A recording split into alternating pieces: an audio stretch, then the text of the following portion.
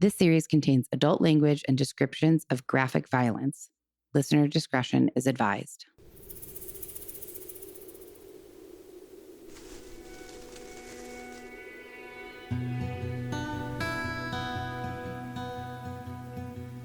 Okay, we are recording. Recording.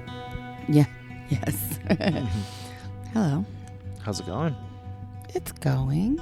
It's Long time no podcast. it's a little bit late in the day to be recording the podcast, but I figure better late in the day than never. Yeah. I sound a little loud. I'm going to turn myself down just a smidge. I mean, that's just general. Oh, yeah. I generally sound loud. Generally speaking. I know you think that. So today we are recording an actual episode. If you guys didn't listen to the bonus episode, because I know a handful of people I've communicated with lately via Instagram or email or even voicemail, Telegram, carrier pigeon, have said that they don't typically listen to the bonus episodes, which I completely understand. It has nothing to do with true crime at this point. But I did give several, like I did mention, I think several listeners. Sam left us some voicemails. She does not listen to the bonus episode, so she would never know that, but maybe she's listening now. Well, she can't be listening right now. Well, tonight. Unless she has the live feed option.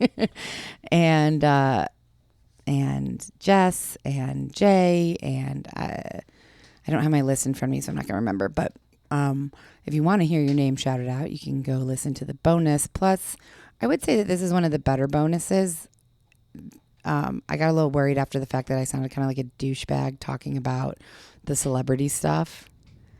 Oh, remember, what the 7 degrees? Or whatever. Yeah, and I was like, we could do 6 degrees of me. And then I was like, that probably sounded like real, like an asshole. So if it did, I apologize. But I do think that a lot of people, I post a lot about the dogs, and a lot of people are, or at least pretend to be mildly interested and invested in our pups. They we were doing the podcast when we found Indiana, so that was like a whole thing. And Murderana. So we do. That's basically what the bonus was yesterday, is talking about Henry's heart condition that we just found out about, and all of that. So if you are interested, I'd say it's one of the less kind of just bullshit all over the place bonuses. There's actually a story to it. It was good. Yeah. Thank you for doing it with me.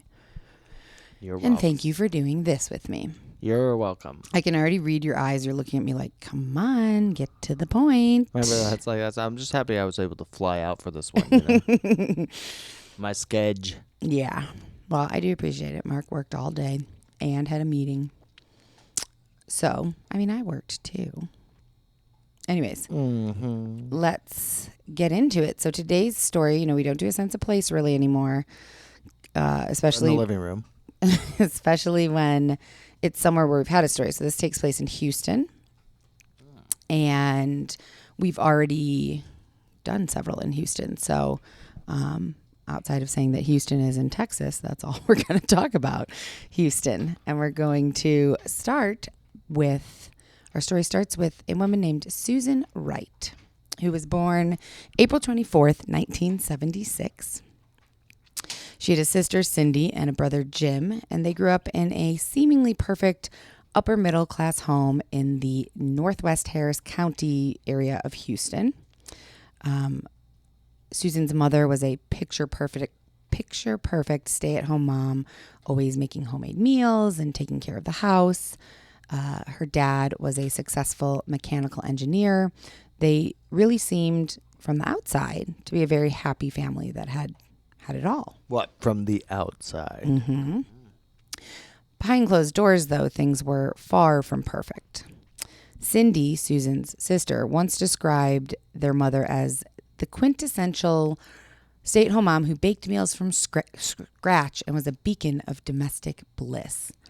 Their father, however, had a dark side. He was known for having a very bad temper, often erupted into violent rages, and he did not just attack the kid's mother. He sometimes, his rage spilled over onto the kids as well. Was he a drunk? I didn't find anything that alluded to being a drunk, just an angry person. Just bad temper. Mm-hmm. Susan had once said, "We learned to walk on eggshells. We did our best to put on a smile and make everything look normal. When he got mad, we tried not to be seen. I thought that's what happened in every house. If you had told me that every husband didn't yell at his wife or make her feel less than dirt, I wouldn't have believed you." It's crazy. Yeah. So they kind of had this like facade of a perfect family, but really on the inside there was a lot of fear This is and normal. silence. Yeah. Susan was a pretty average student in high school. She earned mostly C's in her classes. She had a few boyfriends throughout high school. And she readily admitted that she was often seeking approval from men. She was looking for attention from boys.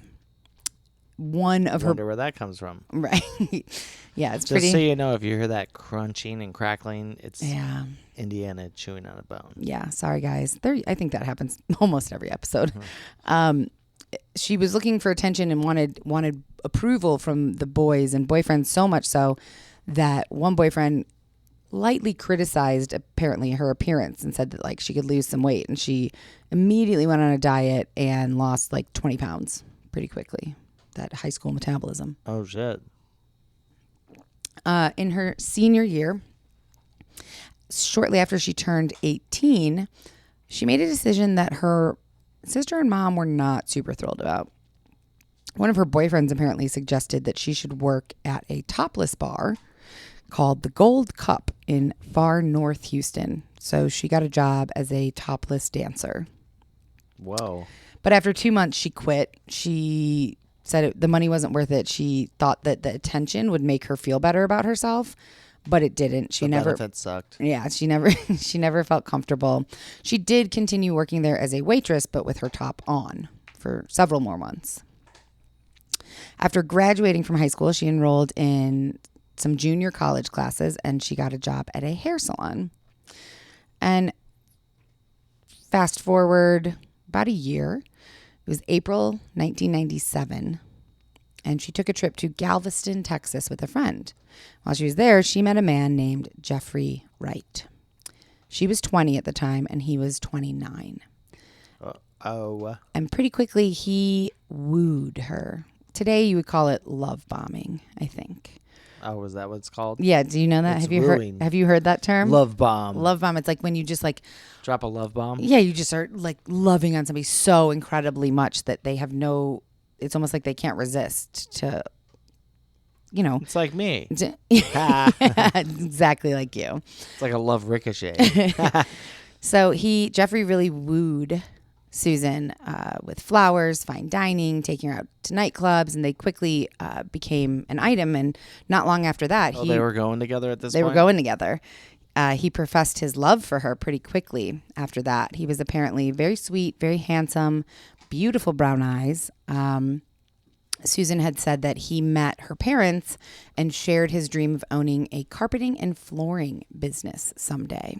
Aspirations. I mean, it's a weird thing. That's a weird dream to have, but I don't want to shit on anyone's dreams. I want to sell tile and carpet. I mean, it's awesome. Doesn't appeal to me, but good for him. It's important to have a dream. Sure. In February of 1998, about a year later, not quite a year, she became pregnant. And according to Susan, Jeffrey said to her he would be okay with it if she wanted to have an abortion. She did not. She was at this point working. There goes that love bomb. Yeah, right. That went out the window real quickly. She was at this point working at an orthodontist's office, and apparently Jeffrey started telling her that she needed to give her paychecks to him. Uh-oh. And she did. In October of that year, they were married in a small church ceremony, and 1 month later, their son Bradley was born. According to Susan, it was around this time that Jeffrey became a totally and completely different person. Crazy, bro. Apparently, Jeffrey began calling her a fat ass after she gained some weight during her pregnancy. And when she confided in him that she was dealing with postpartum depression, she'd gone to a doctor and gotten a diagnosis, he was furious. He told her she was not allowed to take antidepressants because she had been prescribed antidepressants. He said, "You absolutely are not allowed to take them." And he said, quote, "It isn't rocket science what women do, and you need to suck it up and do your job." Damn. I know. There goes the whole love bombing. It's like no gone. more wooing again. No more wooing. He insisted that Susan be a stay-at-home mom and quite literally, like, stay at home. Don't leave the house. Yeah, she was really only allowed to make quick trips to the grocery store or to visit her mother, but she was told she can be gone for no longer than 90 minutes at a time. Jesus, it's like... What? I know. Only 90 minutes. I'll take. Yeah, like what's he sitting at home timing I guess her? she never went and saw a movie. Definitely not. So listen, cut the previews. Let's go. Only the grocery store and her mother. She expressed a desire to once again take courses at a junior college, and Jeffrey said absolutely no, not allowed to. Imagine if I told you had 90 minutes in Ross. Oh my gosh, we'd be broken up. On one occasion when she went and visited the junior college campus at night, she wanted to try and enroll in an internet course, and somehow Jeffrey found out about it, and he was livid. And he accused her of going there to the campus to cheat on him and called her a, quote, nasty whore. Whoa. So he's just trying to figure out the interweb. Yeah, exactly. I mean, it's probably 1998, 99, around that time now. A little dial-up. So Susan didn't know it when they got together in 1996, but Jeffrey had pleaded, no, they got together in 1997, excuse me, but Jeffrey had pleaded guilty to a felony drug possession charge in 1996, and he was on probation. And this made sense once she found this out because he was using drugs. He was smoking pot every afternoon after work. That's not really using drugs. Well, Smoking back then, pot. though. Yeah, I mean, pot was reefer madness, man. Right. Like, this is the time. Like, people think it's dangerous. He was using pot. He was using. Yes, but I think he was using more than that as well. You think like the cocaine. Colombian marching powder? Yes, that's what he was using as well. And she was concerned about it. And sometimes after getting high, he would play with their son, with Bradley. And Susan said that he would throw him into the air and catch him. And one night when he was doing this and he was high, she said, this makes me a little uncomfortable. I'm a little nervous about you throwing our son Stop way throwing our kid in the hair, stoner. Exactly. He responded pretty aggressively and said that she didn't have the right to tell him when or how he would pick up his son. He threw her against the wall, shook her by her arms as hard as he could, and began to punch her in the chest over and over again. What a dick. Yeah. So time to leave. You would think. In April of 1999, they moved into a patio home. And I'd never heard that term before. Have you? A patio home? Yeah, that's what it was called. No. Yeah. So is it just like you're just outside and your house is a patio? Yeah. It's just like a constant picnic and sleeping under the stars. You'd love that. I would. No, it's a patio home, or a cluster home is an American house in a suburban setting. It can be a small freestanding structure very close to the neighbor, or part of a unit of several houses attached to each other. Sounds like an apartment, condo, and or a house. Yeah, I mean, it's kind of like your patio house. Home? This is kind of like a patio home. No, it's not. It's a condo. Well, it's a townhouse. Yeah, I guess. I guess they're all the same. Townhouse, condo. All the same. So they moved into a patio home in April of 1999, and that's when the physical abuse really escalated. Are you picking dog hair off your microphone? Yes. Yeah. At this point, it seemed like anything would set him off. If there was a problem with his paycheck, he had to deal with an upset customer. If the gas bill was too high, or the house wasn't spotless, he didn't like what Susan made for dinner, or if Bradley, their son, was too loud, it set him off. And whenever he got mad, it came out like he wasn't just mad. He wanted to make someone else hurt because he was mad. He hit or kicked Susan repeatedly in the chest, stomach, back, legs. When they took visits to his parents who lived in Austin and it didn't go however he had hoped it would go, he would yell at her the whole way back to Houston. And one time grabbed her shoulder, threw her up against the window, grabbed the back of her head and bashed it against the dashboard because anything that ever went wrong was her fault. Jesus. He would even kick their 60-pound dog and occasionally try to throw him across the room. Wish the dog would bite him. Me too. For quite a while, And Ben would rip him apart. Susan didn't tell anyone in her family that she was being beaten.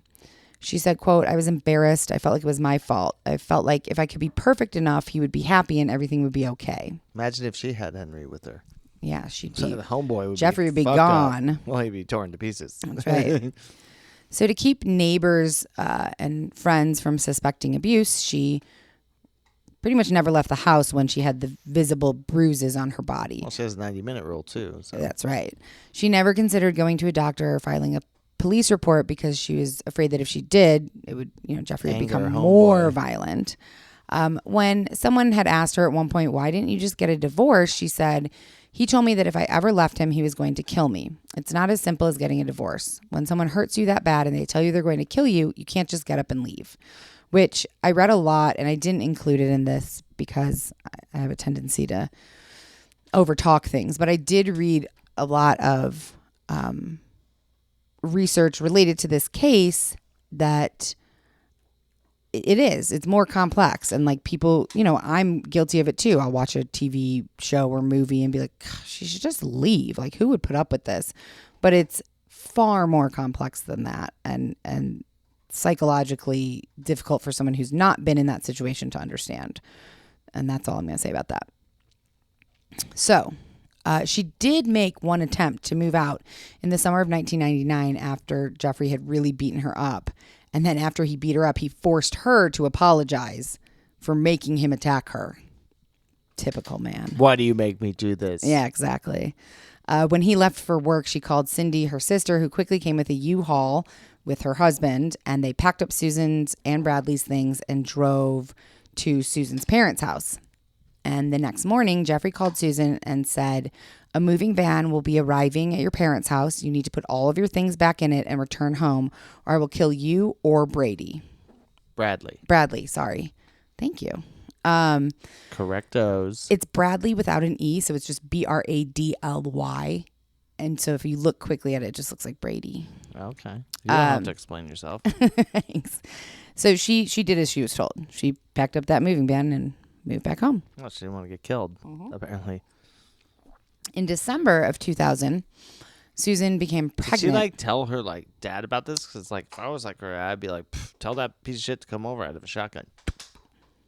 She didn't. Remember, she didn't tell anybody about it for a long time. Well, she obviously they knew something was going on. You just automatically moving out. Yeah, at this point they probably do. Most people don't want violence, though. Right.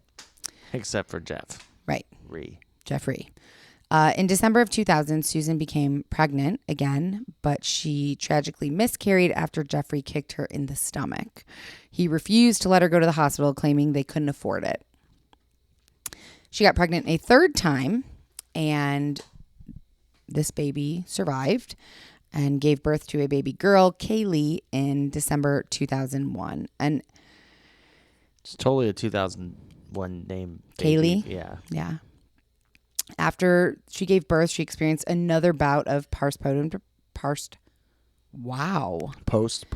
Thank you. Depression. Jeez. Wow, I'm not saying better than you on this one. That's crazy. Don't cut that out. I'm not going to.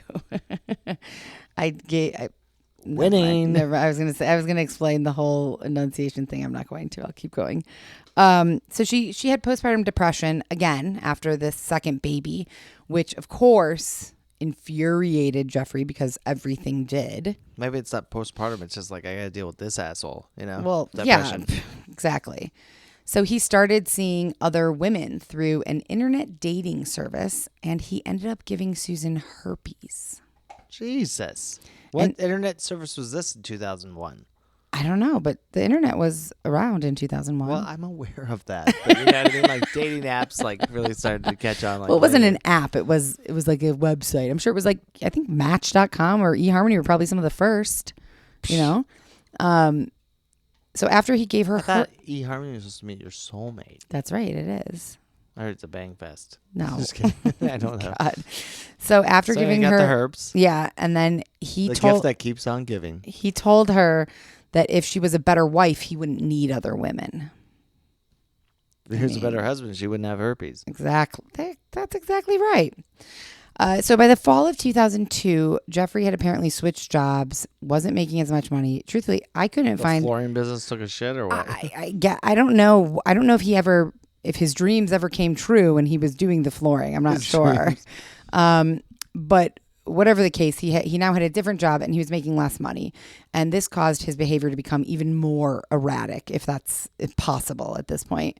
One night he drunkenly stumbled home and then... Oh, so he's drunk. Well, he was drunk in this story, this moment. Okay. He drunkenly stumbled home and urinated on their daughter Kaylee's bed. Jesus, what a jerk. He bought an air rifle and claimed it was to keep his family in line, and then he later used it to hit Susan. And another time he threw bricks at her in the backyard.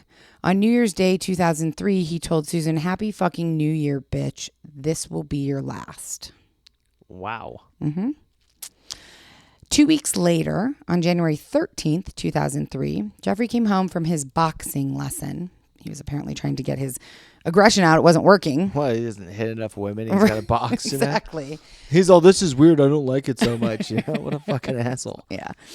So he came home from his boxing lesson and was kind of trying to get Bradley, who was 5 years old at the time, to like spar with him. And then, according to Jeffrey, it was an accident, but according to Susan, it wasn't. Punched Bradley in the face so hard that the kid fell backwards into like a chair behind him. And when Bradley kind of began to whimper because his dad had just punched him in the face. He's fucking 5 years old. Right. Jeffrey called him a sissy. And this is kind of when everything really goes to shit. Well, I mean, it seems pretty bad already. Yeah. Everything has now like escalated to the, he never did prior to this lay a hand on the kids. So it was only Susan. That's a turning point. It's a stressor. Exactly. It's a stressor. Oh, that's what I was going to talk about in the beginning of this episode, Criminal Minds and how much we're watching it. But I've probably talked about that enough. How much you're watching it. Okay. I catch a couple episodes here and there. Oh, please. Whoa. Okay. I think you could be like a, what do they call them? Profiler now. I would love to. I'm not going to get distracted by this, though. I'm going to keep going. So things really kind of, this was an escalation in Susan's mind that Jeffrey had now laid hands on their kid. He punched a 5-year-old in the face. It's kind of bad. So on January 18th, 5 days after this punching incident, Susan Wright called her attorney, Neil Davis, and said, "Can you come over, please?" When he arrived, she said, "I killed Jeffrey and I buried him in the backyard." She said that? Mm-hmm. Whoa. The dogs are upset about it. Yeah, they're like, is he buried back there? Remember what they said? That it's like the unsubs, like when they bury someone, they have remorse. Yeah, that's right. See, Criminal Minds is teaching us things. Okay, so her attorney, Neil Davis, came over. She admitted it. She said, "I killed my husband. I killed Jeffrey. I buried him in the backyard." Neil Davis then went over to the district attorney's office. He sounds like such an attorney. Neil Davis. Yeah. Neil Davis, attorney at law. Yep. So he went over to the district attorney's office and he said, "Hi, I'm representing a client who has led me to believe that a body could be found." Exactly. What a good attorney. At their small patio home in the White Oak Bend subdivision. And the guy immediately asked, "What the fuck is a patio home?" Yeah, think about if we were back in the day, we're all it led me to believe at the tiny house, they're like What's a tiny studio house? apartment on wheels. So he said, "My client has led me to believe that a body could be found at their home in the White Oak Bend subdivision in Northwest Harris County." He refused to provide any additional details, citing attorney-client privilege. When police officers arrived at the address, the body was partially exposed because the family dog had dug it up. He's all, "Fuck you, motherfucker." Exactly. I swear, I saw a quote somewhere that was like in one article that I read, the author had written like, "No doubt that dog was like, fuck you," and like trying to like dig him up to get revenge. So get a sunburn, motherfucker. So when police arrived, the body was partially exposed because the dog had dug it up, and they, uncovered the rest of it and discovered the nude body of 34-year-old Jeffrey Wright. He was 220 pounds. It's a big guy. It's big, bro. And it appeared upon first uncovering the body that he had been stabbed many, many times on the front of his body. He had neckties that were still tied around his wrists, and a bathrobe sash was wrapped around one of his ankles. Inside the house, there was blood splattered throughout the entire master bedroom. It was covering the bed, the floors, the walls, the ceiling, even the ironing board. It had kind Where of was she and the gotten kids at this everywhere. time? Not there. I don't know. Maybe at the attorney's office. So investigators contacted Neil Davis and said, is your client 26-year-old Susan Wright, Jeffrey's wife? Davis confirmed, but informed them that she would not be speaking to them. Because She was lawyered up. well, yes, and now I'm going to tell you where she was. She was in the psychiatric ward of the Ben Taub General Hospital, apparently babbling incoherently. She believed that Jeffrey was still alive and was going to come and beat her to death. So at this point, Where are the doctors, children's? I'm assuming with her sister or parents, Okay.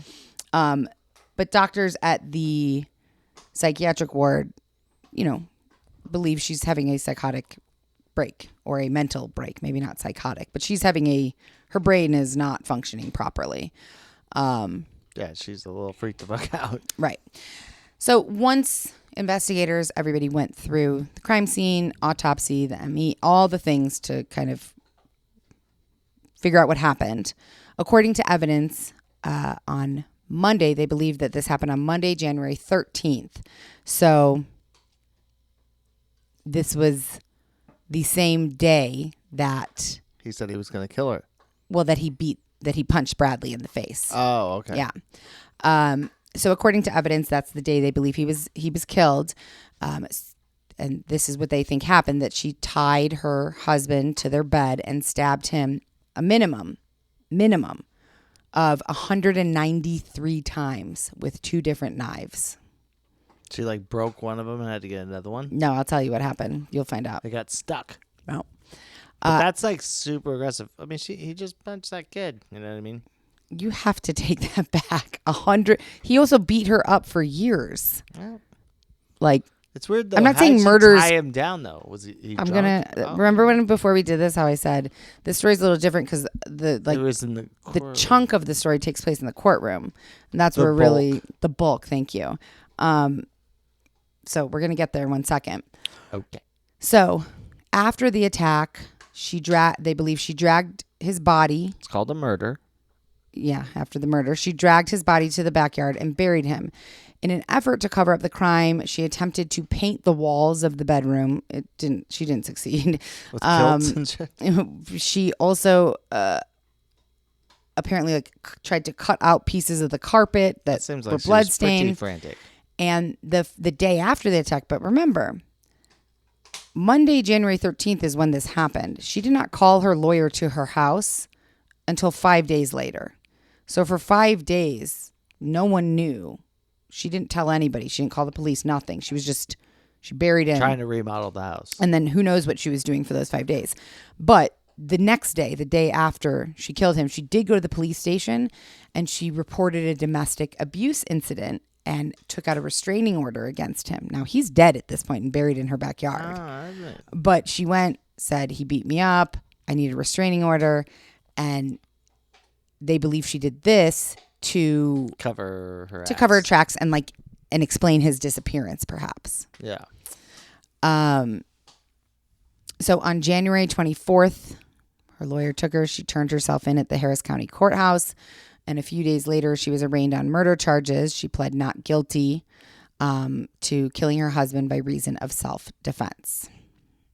So here is where it really gets interesting. Do you need to take a break for any reason? Dun. That's Law and Order. Yeah, that's right. That's good. Now we're getting into the courtroom. Yeah, now we're getting into the courtroom. So, yeah, let's take a break. Okay. Let's take a short recess. A short recess for court. The judge is calling a short recess, and then we're going to move on. Okay. Well, that's fine. Guys, we'll be right back after these messages. There probably won't be any messages, but maybe. From our sponsors. We really don't have any sponsors. It's okay. They'll interject some ads. Thanks. Okay. Be right back. Okay, we are back. Back. And we are getting into what has been called one of the most outrageous murder trials that Texas has ever seen, or at least at the time. And at the time, this murder trial began on February 24th, 2004.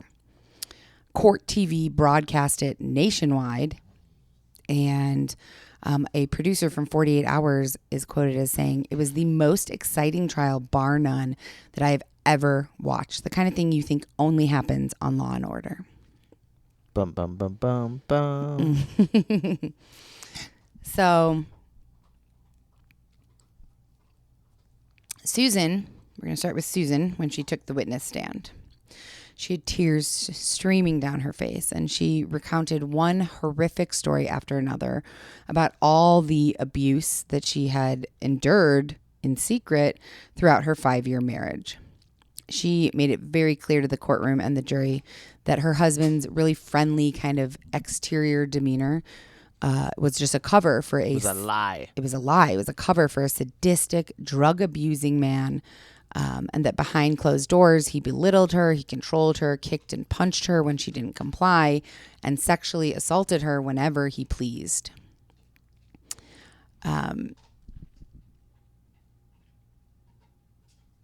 She went back to the night of the murder, and she recounted all the horrific moments that led up to her husband's murder. After punching their son in the face, she told the courtroom that he later attacked her. And she said, "You need to get help. You have an anger problem. You need to get help." He then ordered her to get into bed and raped her. And then he left the room for a few moments. When he returned, he was holding a butcher's knife and waving it over her head, shouting, "Die, bitch." Jesus. She said, quote, "I threw my hands up, and then I started kicking him with my right knee, and I grabbed the knife. His grasp on the knife loosened just a little bit, and that's how I was able to get it from him. Then I stabbed him in the neck, and then I kept stabbing him because I knew the second that I stopped, he was going to kill me." Susan explained to the captivated jury and courtroom that at one point in her stabbing frenzy, Bradley, 190 times. 193. Their son, Bradley, knocked on the bedroom door. And even though she had already stabbed Jeffrey numerous times, He's dead. she still believed that he was going to get up and come after her. So she tied her husband's right arm to the bed with a necktie and hid the knife. Then she calmly kind of like cleaned herself up and opened the door and said to Bradley she's going to take him back to bed. And she took him back to bed. After she took him back to bed, she got worried that maybe Jeffrey had found the first knife. And so she grabbed another knife. She went to the kitchen and got another knife. She said, quote, "I knew he was going to kill me, and I was so scared because I didn't want to die. So I started stabbing him again." She said she began stabbing his legs for all the times he kicked her, and then she began stabbing his penis for all the times he made her have sex with him when she didn't want to. She said, "I couldn't stop stabbing him. I couldn't stop. I knew as soon as I stopped, he was going to get the knife back and kill me." She had lost it at this point. Finally, Susan explained that she cut the tie that had his hand tied to the bedpost, and she dragged him off the bed. Apparently, as he fell off the bed, his shoulder hit the nightstand, and there were candles lit, and there was red candles lit, and all the red wax spilled all over him. She went and fetched a dolly and got him up on the dolly, used another necktie to secure his left hand to the dolly. Then she tied his feet with the sash from her bathrobe. And then she wheeled him outside. There were several months prior to this happening, Jeffrey apparently had dug a hole in the backyard because they were going to install a fountain. Never had the fountain installed. A pre-dug hole. Exactly. You know? He dug his own grave. He really did. He really did. Sorry, bro, but yeah, he did. So he was 6'2", 220 pounds, and she forced him into this much too small hole, crunched him up, buried him with whatever dirt she could find in the backyard. She explained to the courtroom that at this point she still believed that her husband was alive. He was going to come back. And he was going to come back. She said, "I spent the rest of the night sitting on the sofa, clutching the knife in my hand." And she said, quote, "I watched for Jeffrey to get up because I was afraid the second I went to sleep, he was going to get up and come after me again." During her testimony, she repeatedly told the jury that on the night of the killing, she had experienced some sort of mental breakdown that had lasted for several days. You got to find some film footage of this. It was court TV to like. Yes, I'd there love to definitely see it. is.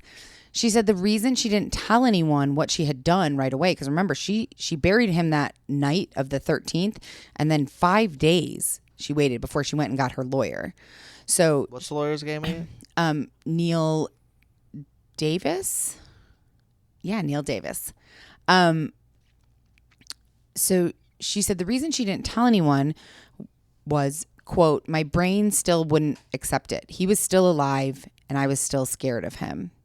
It wasn't until 5 days after the killing that her brain. I don't think she's going to get up now. That she began. Well, her brain apparently, she said, started to realize like something horrible has happened. It was a pretty effective testimony that she gave. It seems. But now it was the prosecution's turn. Uh-oh, here comes the prosecution. And the prosecutor was named Kelly Siegler, and she was known as the toughest prosecutor in the Harris County DA's office.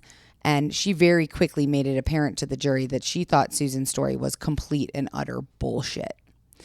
She addressed the jury asserting that Susan likely enticed Jeffrey into bed, promising him that she was going to have sex with him and tying him to the bedpost, like making him think they're going to have some kind of fun sex game. And then she stabbed him. And Kelly, the prosecutor, said to heighten his excitement, Susan dripped candle wax all over his body. That's why that candle wax was on his body. Oh, there's a story. Here's a story. Yep. And Kelly, I'm going to call her Siegler. That's her last name. So Siegler claimed that as soon as he was like really like, oh, okay, candle wax tied up, like really interested in what's going to happen, then Susan produced a knife and transformed the bedroom into a, quote, torture chamber. Whoa. Siegler said, so why? Like, what's the motive? Because Siegler's asserting that all the abused, battered wife stuff Didn't is happen. bullshit. Yeah. Didn't happen. So she argues that it was to claim his $200,000 life insurance policy. She said, quote, all that battered wife abuse bullshit was just that. It was bullshit.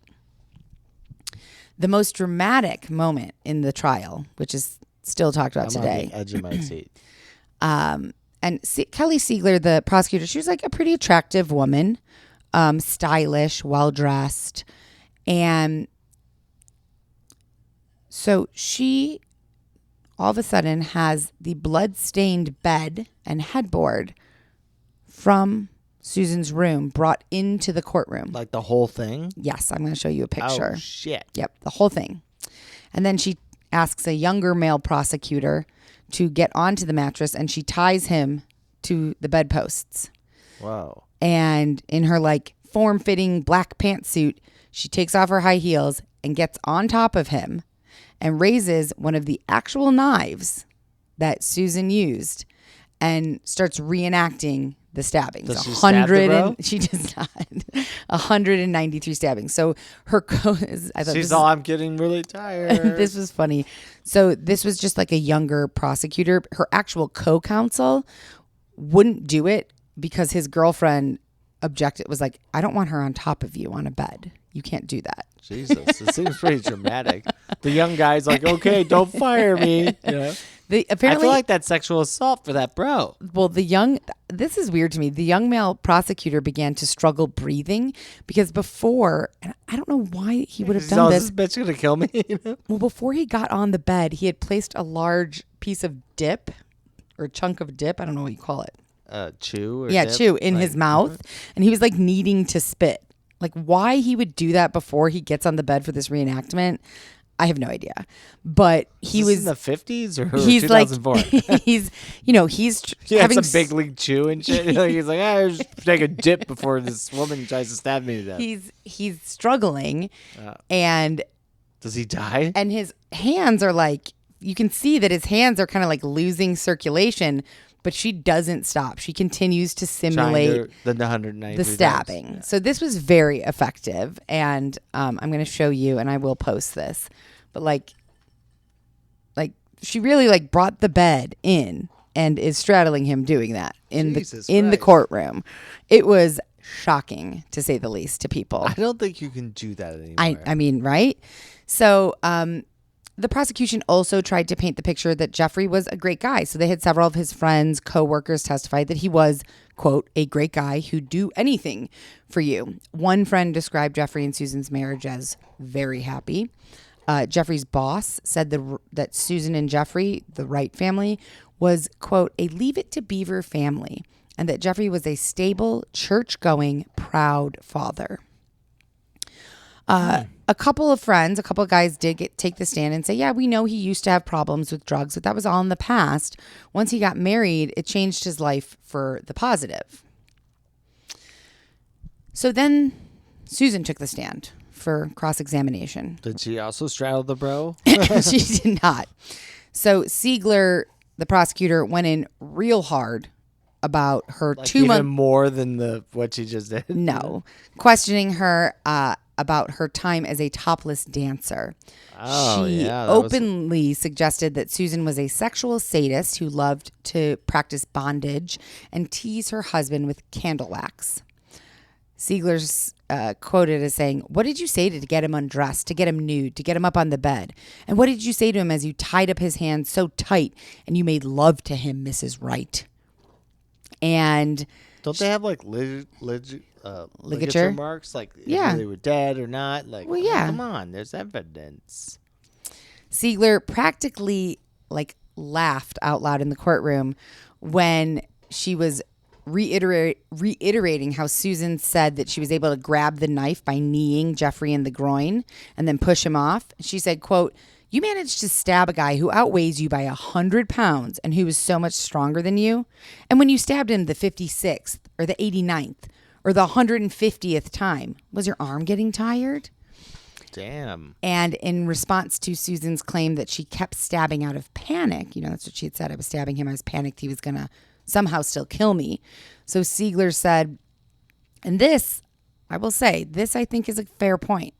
She said, quote, and in this state of sheer panic that you were in, you were able to stop when you heard a knock at your bedroom door, get off of Jeff, answer the door, grab Bradley, walk him down the hall, calmly put him back in his room, shut the door, get another knife, go back to the bedroom, and then start stabbing him some more. Is that right? Interesting. I mean,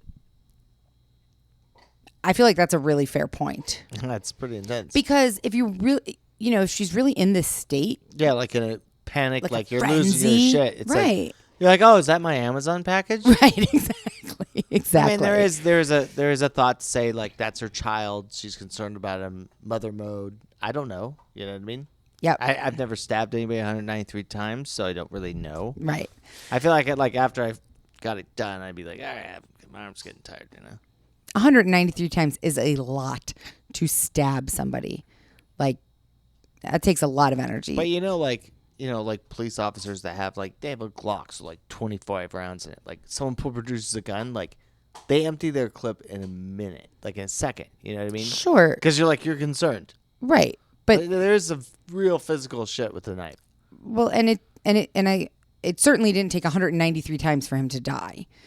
And so Siegler, the prosecutor, he was dead pretty right. quickly. That's what I'm saying. Yeah. And so the prosecutor's trying to prove that she was not in a disassociated state, that she knew exactly what she was doing. Yeah, she was just crazy.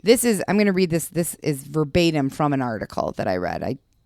I liked it too much to paraphrase it. So it says, Siegler made mincemeat out of Susan's numerous statements that she was in a fog in the days after the killing, so traumatized that she didn't know what she was doing. Siegler claimed that Wright knew exactly what she was doing, attempting to cover up the murder.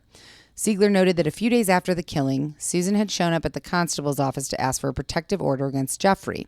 She told the constable that her husband had beaten her and beaten Bradley, and then she had left, and she was worried about what would happen. He had left, and she was worried about what would happen when he returned.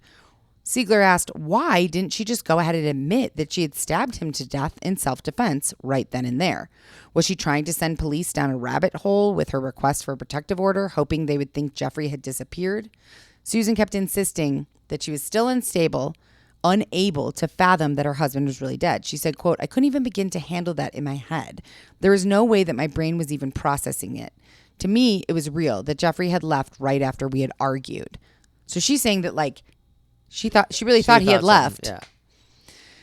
And after the murder, it's true. Susan did do things that seemed like she was covering it up. She ripped up parts of the bloody carpet. She attempted to scrub blood stains off of everywhere with bleach. She took the blood-soaked mattress to the backyard, apparently, and she tried to paint over the walls. And when asked about that in court, she said that she only cleaned the house because she thought that Jeffrey was still alive. She said, I had to clean the house. It was dirty. And Jeff was already going to be so angry when he came home that I had to make the house perfect so he wouldn't be angrier at me. He's all, what's up with all the holes in the carpet? I thought this was Siegler's closing arguments. She told the jurors that Susan's story was nothing more than, quote, an insult to your intelligence. She brought up again how Susan had been a topless dancer, and she believed that Susan's emotions were completely insincere. She said that Susan was a, quote, card-carrying, obvious, no doubt about it, caught red-handed, confirmed, documented liar, whose frequent shows of emotions during the trial were deliberate efforts to influence the jury. She's a good liar, and she's a good actress, and don't you forget that for 1 minute. You know, they say card-carrying. Yeah. I'm pretty sure I know what the origin of that is. It's like communist, though. Communist Party. I don't know. Yeah. I think so. Okay, well, we'll look it up. I know our one homeboy will correct me for sure. Human GPS? Yeah. Yeah, he seems But to know like, everything. I like it. You know, it's... I was watching something the other day about just simple things, which I really know what it is about. I forget all of them, but just simple terms that you say. Yeah, right. Like normal catchphrases or common phrases that you say. God, I wish I remembered it. I forgot it now. Okay, well, you'll remember it, and we'll do this again. Put it on the lookup list. Yeah, we don't really do that anymore. I'm looking for my little piece of paper. It's right there. I am going to write that down really quick because we're going to record another one of these because I started researching another murder today, guys, that, whoa, I'm like, I couldn't finish it in time. I didn't want to rush through it. It's a really good one. So I'm going to finish it over the next few days or week or so, and then we'll record that one. Anyways. Back to the episode. Yes, back to the courtroom. So the biggest problem for the jurors, because Susan's testimony was heartfelt and she really was. I mean, she was found in a psychiatric ward. Right. She was believable. But the biggest problem was that there was really no testimony to corroborate what she had said. Like no one was like, I saw bruises or any of this shit. This is all. One neighbor said that he 1 or 2 times saw Jeffrey angrily grab Susan's arm. Okay. A couple friends had testified that they had noticed maybe like a slight bruise under her eye, but that she explained it away. She claimed that Bradley had accidentally hit her with a toy. So they didn't, they just assumed that was true. But one of Susan's best friends, Jamie, did say that Susan seemed terrified of Jeffrey. She would always cut their afternoons at the park short, frantically saying she had to get home to cook dinner for Jeffrey to avoid upsetting him. But her friend Jamie acknowledged that only once did Susan say that he had hit her, that they had had an argument on his birthday and he had hit her, but she said only once. So there was no one to really say, like, this bro's bad. This happened. Susan's mother did take the stand and said she had seen several bruises and black eyes. She said, quote, I have heard her cry out in pain when I tried to hug her because her back was badly hurt.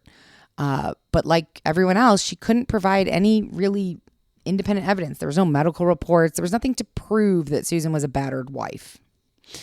So it took the jury only 5 hours to decide Susan's fate. They dismissed her claims of self-defense and convicted her of first-degree murder and sentenced her to 25 years in prison. She was imprisoned at the Christina Melton Crane Unit in Gatesville, Texas. But we're not done. Hold on, though. It's so weird. Like, I'm always fascinated. We always talk about this. Yeah, I know. 25 years for still stabbing someone 193 times. Yep. They're like, after 25 years, she'll probably be cool. You know what I mean? Yeah. But it's different, like, statutes, like first-degree murder. It's all different in, like, different But this states. was first-degree murder. I know, but states are different. Like, Texas is not light on the punishment, so yeah, it's I know surprising. they kill everybody. You Right. know what I mean? It's very First-degree surprising. Death penalty. Which is why this next part is even more surprising. Dun, dun, dun, dun, dun. So, Brian Weiss is one of the city's most prominent criminal appellate attorneys. I didn't know what that was. I don't know what that is. Okay. So, an appellate attorney. Like acapella? I'm just kidding. Come on. An appellate attorney is a lawyer who specializes in handling appeals in criminal cases. Their primary role is to review the trial record, identify any legal errors that may have occurred, argue those errors on behalf of their client in an appellate court. I hope I'm saying that right. Appellate, right? Yeah, that sounds right. So Brian Weiss, he's one of the most prominent people in Houston who does this, attorneys who does this. And he said, quote, just about everyone in Houston believed that Susan Wright was a monster. Everyone believed that she was some real-life reincarnation of Sharon Stone from the first reel of Basic Instinct. There was just one problem. Everyone had gotten it wrong. So, whoa. In November of 2004, Weiss started filing multiple appeals for Susan. He was working for her pro bono for free. He argued that she did not get a fair trial. He criticized Siegler, the prosecutor's courtroom bed step. Yes. He said the reenactment of the stabbings were like made for TV nonsense, which was funny. This is kind of an interesting side note because before the trial was even over, some big Hollywood producer contacted ABC and pitched a 1-hour drama series inspired by Siegler, the prosecutor, featuring a bold female district attorney in Houston using unconventional tactics to outsmart Texas defense lawyers. Did they ever make it? No, they didn't, but it's kind of a good idea. Part of his appeal claimed that the recreation of the bed stabbing scene was, here's another term I didn't know, inherently prejudicial, which I've heard. So I've heard that a bunch of times in all of my cop shows that I've watched. And I've never really known what prejudicial meant. If I'm being honest. Prejudice is like saying like, I don't know. Well, go. I'm going to tell you, but you tell me what you think. No, go ahead. No, it's Go okay. ahead. You're better at it. No, you have the term. No, I didn't know either. I mean, I looked it up, so I'm saying. I mean, I have an idea of it, but I can't explain it properly. So you get the actual term. Okay. So the term inherently prejudicial refers to something that is fundamentally biased or unfair, potentially influencing the outcome of a legal proceeding in a way that's unjust. If an action, evidence, or procedure is deemed inherently prejudicial, it means that it has a tendency to harm one's party's case or create an unfair advantage, regardless of what's actually meant behind it. It's basically I think what you were going to say actually is true, that you're kind of prejudice. you're giving it's unfair bias that the jury is now going to have because it's like this ridiculous reenactment. It's like this, like if you're in a trial or something like that, and it's like, okay, this guy has a drug problem, so he inherently has a drug problem, or did have a problem, or, I don't know. I actually don't know if that's true. I can just say exactly this is the perfect example. I mean, it was like a huge act. Exactly. It was too much. You know? It was too much is how I understand it. But I'm sure some of our listeners, I think we have some listeners who work in the legal system here in Tucson even. So I'm sure I will hear from them and maybe somebody can explain it better. Send us a voicemail. And if you can explain this better, I would love that. And I'll play it on the next episode. So Weiss also criticized Susan's own attorneys, Neil Davis and his partner, Todd Ward. He said they're, quote, well-meaning but inexperienced and ultimately overmatched by Siegler. He said they failed to call several witnesses who could have supported Susan's claims of abuse, and they didn't bring in any domestic violence experts to explain that she was suffering from battered woman syndrome. This is an actual condition that affects women who have endured prolonged periods of abuse and makes them believe that killing their abusers is their only option. When most people read about a woman killing her abusive husband, a lot of times, and I'm guilty of this as well, why didn't she just leave? Was she like really that trapped? Why couldn't she just get up and leave? Yeah, but that broken hunt you down or anything. Right. You know what I mean? It's just like any situation. I mean, you look at legal shit, like when people kidnap people, like kids or something, like that's where they take advantage of people. They say, if you say anything, you do anything, I'll kill your parents. You know what I mean? So you feel guilt, you feel remorse, and you're like, okay, well, I'll do whatever the fuck you say. Totally. So, but what you're saying about I want to interject about the prejudice, like talking about that. It's like, I think they should never allow. You should be able to read the transcripts, but they should never allow like court proceedings, like the OJ trial, all that shit, to be televised because it just it sensationalizes it. Yeah, exactly. And also too, you do get an unfair situation in both ways, whether they're guilty or not guilty. Mm-hmm. You get people like, what's going on? I'm watching these people. Totally. And it's so interesting in law that it isn't law. Like like they say are opening arguments. It's like, okay, it's your argument for them. It's like, yeah, you're your defense. But it's like, this is my opinion. This is what's happening. It's like, here's all the facts. Here are the facts. Yeah, but it's not facts. Remember when we were watching Presumed Innocent, it was like, we even talked about that while we were watching it. Like, yes, the facts matter, but it's more than the facts. You are arguing. You are making a case. How you look, how you sound, how the jury just, somebody on the jury feels about you, how they see you. Like, it all plays a part. It's completely unfair. But that's a whole other road we can't go down. All right, let's do this. Okay, so even though people often who maybe don't understand this or don't know someone or have not hopefully been in this situation are like, well, why can't she just leave? But research continues to be done on this, and an increasing amount of evidence indicates that some women in these situations become, really paralyzed by fear. They suffer significant loss of self-esteem, and they believe that if they act a certain way, they can kind of keep the peace. They don't want to provoke their husbands. So they keep suffering in secret, not even telling family members or seeking medical attention because they don't want to get it worse from their husband. Well, yeah, it's like, oh, you said something. Plus, like, she has the children there, so she's worried about that. Like, it's a whole thing. So Brian Weiss, this guy who was doing all her attorney. He was doing all her appeals, sent the trial transcripts to Toby Myers, a Houston social worker Toby McGuire? He wasn't even born. Stop it. Who specializes in family violence issues, and Shelby Moore, a Harvard-educated professor at Houston's South Texas College of Law, who has done extensive studies on battered women syndrome. Can I interject something real quick? Shelby, like a man's name Shelby, is so dope. Okay. Because it reminds you of the Mustang? Carroll Shelby. But no. Yeah, Carroll Shelby, like he built the Cobra. Right. Mustang. I was right. Racer and stuff. But it's actually a different Shelby who's like a historian who is one of the people who read the letters of Ken Burns' The Civil War. Oh. Look at you. Knowing things I have He's no idea what you're talking about. Bro, he's so great. He's like a historian and like he reads a lot of it. He's great. That's what I think about Shelby. Okay, cool. I don't know anything about anything of that. You're gonna watch that 12-hour documentary through one time and be like, holy shit. Alrighty.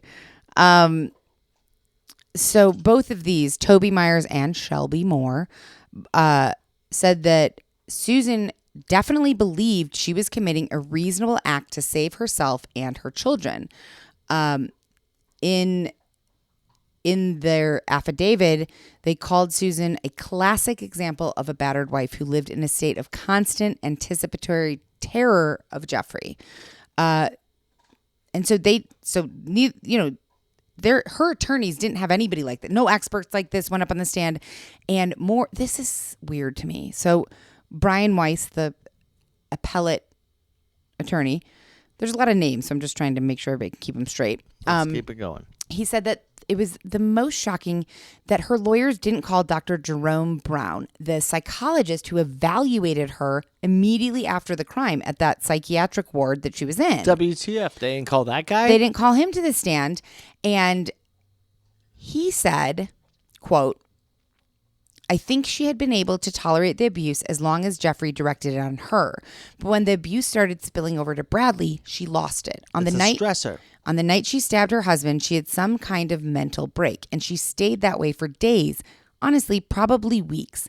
I don't want to say she became completely psychotic. She drifted in and out of reality, but she didn't have any real idea of what she was doing or why.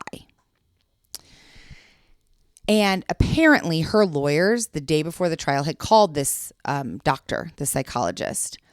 And and said that what she had told Dr. Brown when she got to the psychiatric ward is that Jeffrey fell asleep, which was different than the story of Jeffrey grabbing a butcher knife and yelling, "Die, bitch," over her head.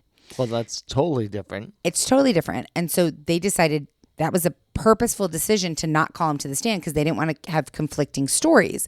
But she's also crazy at that point, like freaking out. Exactly. The doctor said that's ridiculous because I obviously could have taken the stand and said, based on her mental condition, it makes complete sense that she had conflicting stories. She can't remember exactly what happened. She was in that much fear. He was like, I could have explained the discrepancy in her stories because in the weeks after the killing, she was still so traumatized. She couldn't even recall all the events at first.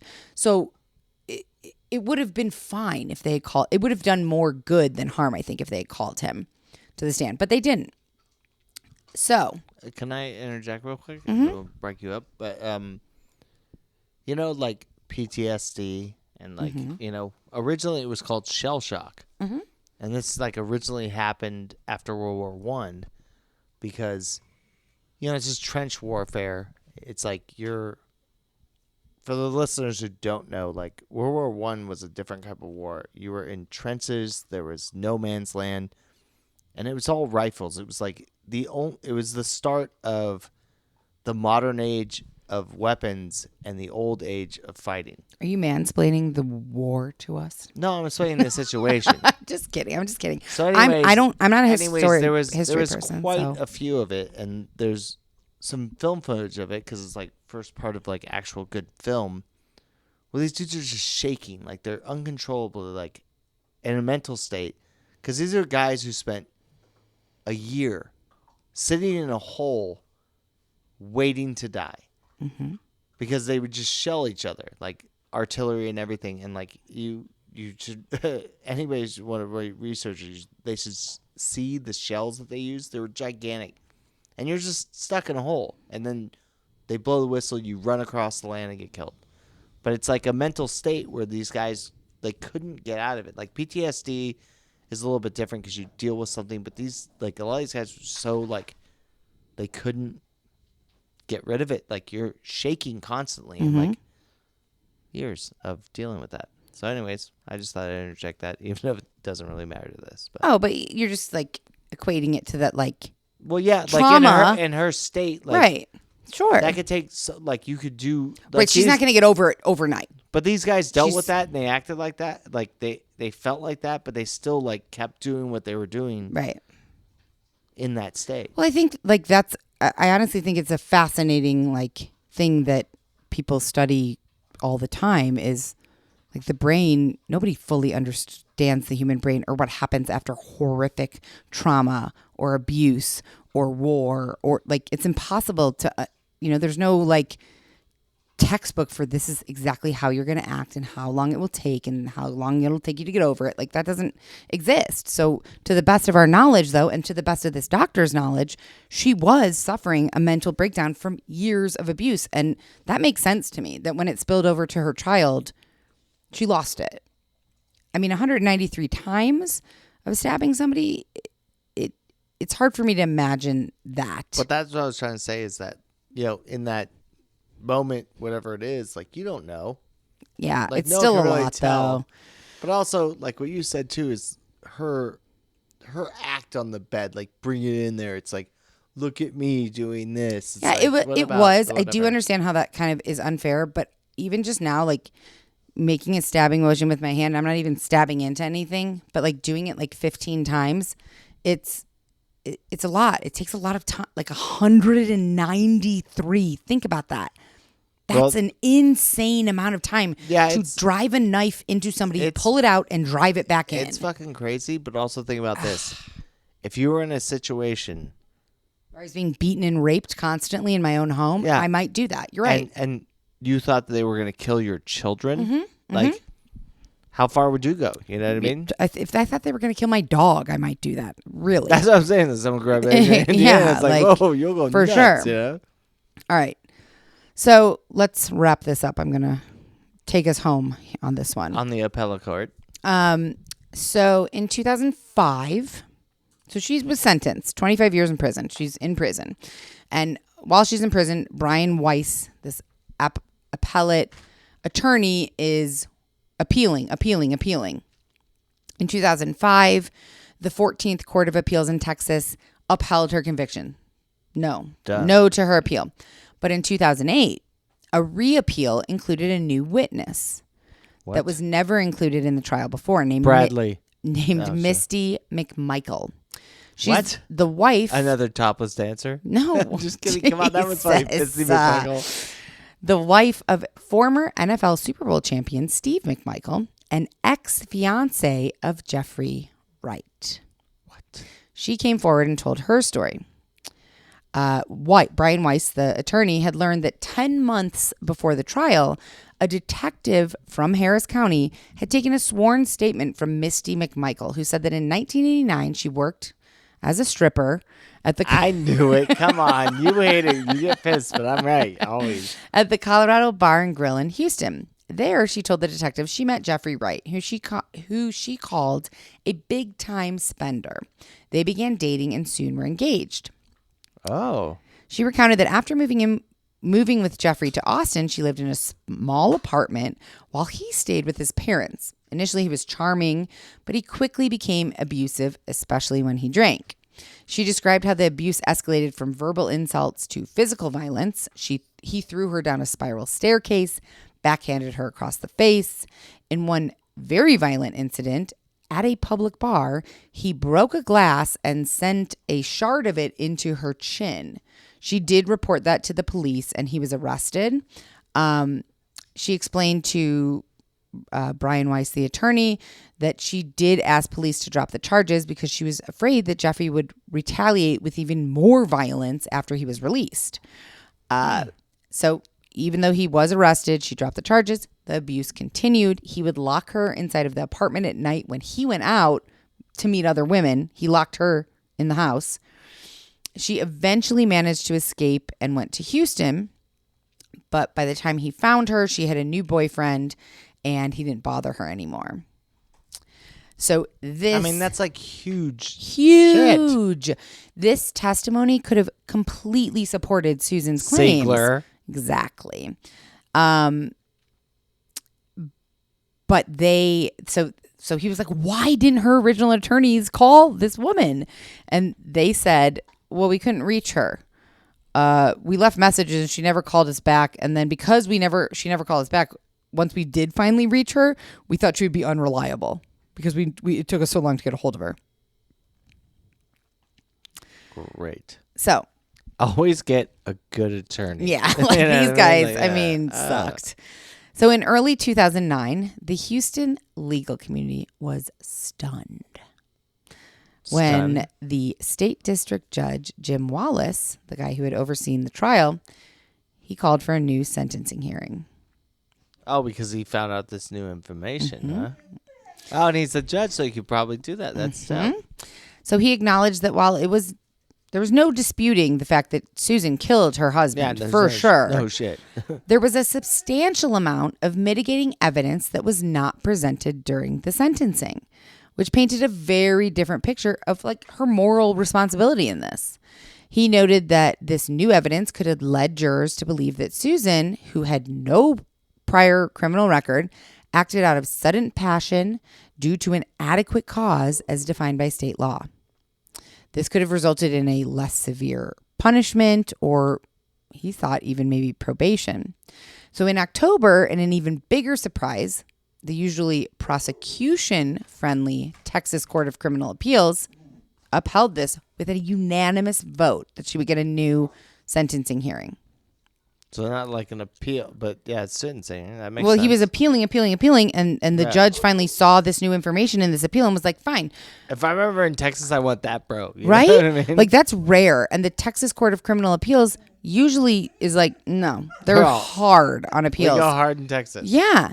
They unanimously said she gets a new appeal. So on November 20th, 2010, her sentence was reduced to 20 years in prison, 5 years less than her original sentence. So she was with eligibility for So parole. So she was first eligible for parole February 28th, 2014. Denied.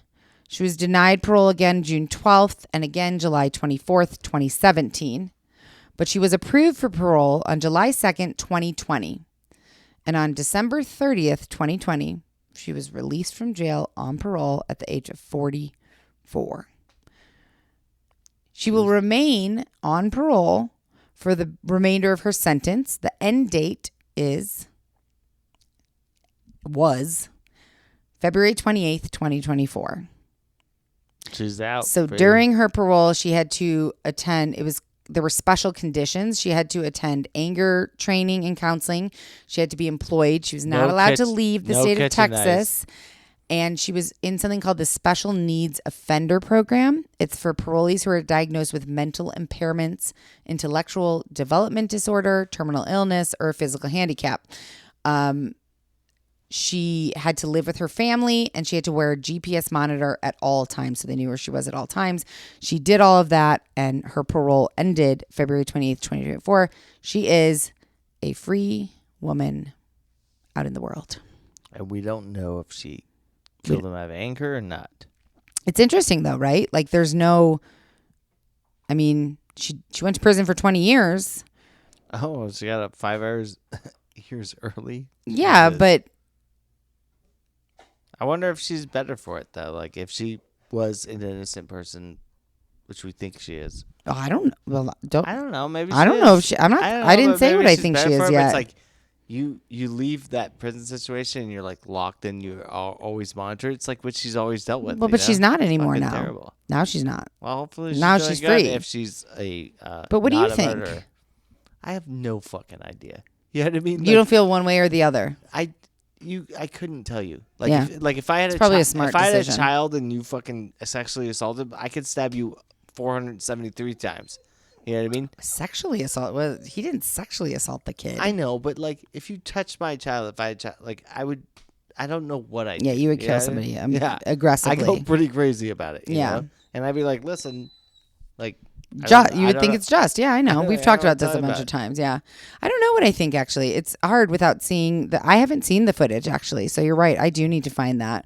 I will post this picture from the courtroom tonight because it's just like crazy to me. But there's like years of mental abuse. It fucks with people. You know what I mean? No, like, I mean, I don't doubt. I don't doubt that she was severely abused for a very long time. I think the question is more, does that justify stabbing someone 193 times and murdering them?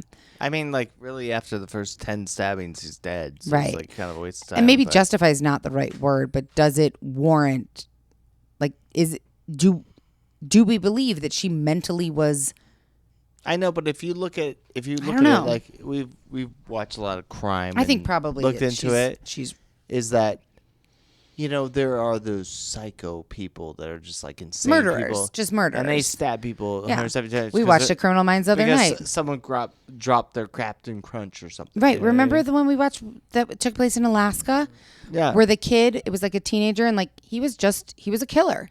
He was a killer from a young age. But like, it seems like also like in her defense, she has no criminal.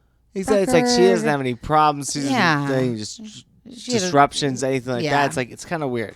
And it kind of unfortunately makes sense that she was raised with an abusive father and then found herself in an abusive relationship. Yeah. Like, so I mean, it's an interesting situation. Yeah. But it's terribly sad.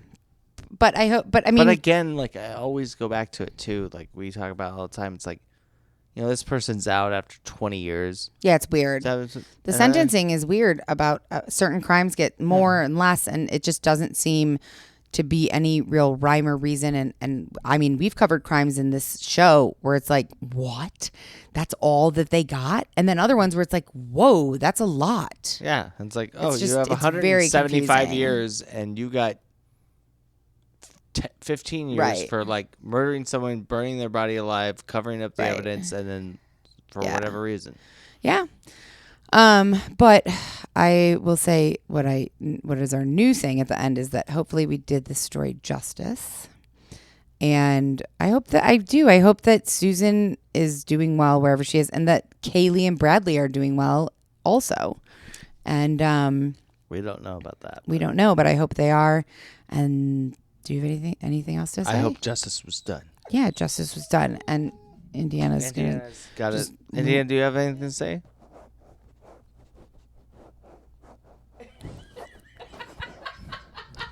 That was Indiana's licking. She's licking. I put the microphone up to her. She's licking. That was I'm sure you so guys heard her cute. whine. She was like, "Oh, That was. it's Oh, prejudice." they are used to it. I can't even cut it out anymore. Anyways, this is a very interesting story. Good. Thanks. I'm glad you like it. Oh, but I just didn't expect that courtroom bed shit. I It's like, know. what the fuck? The guy's on his dip in his mouth. He's like, I'm joking. She's all, I'm trying to make this happen. I know. It is a crazy story. And I will say that the one that I'm working on, I rarely do this. Like I rarely give like a preview and I'm not going to, but like In this the one, world, it's you know I was waiting to say so fascinating. Like this Easy, one. don't build it up too much. Okay. That's true.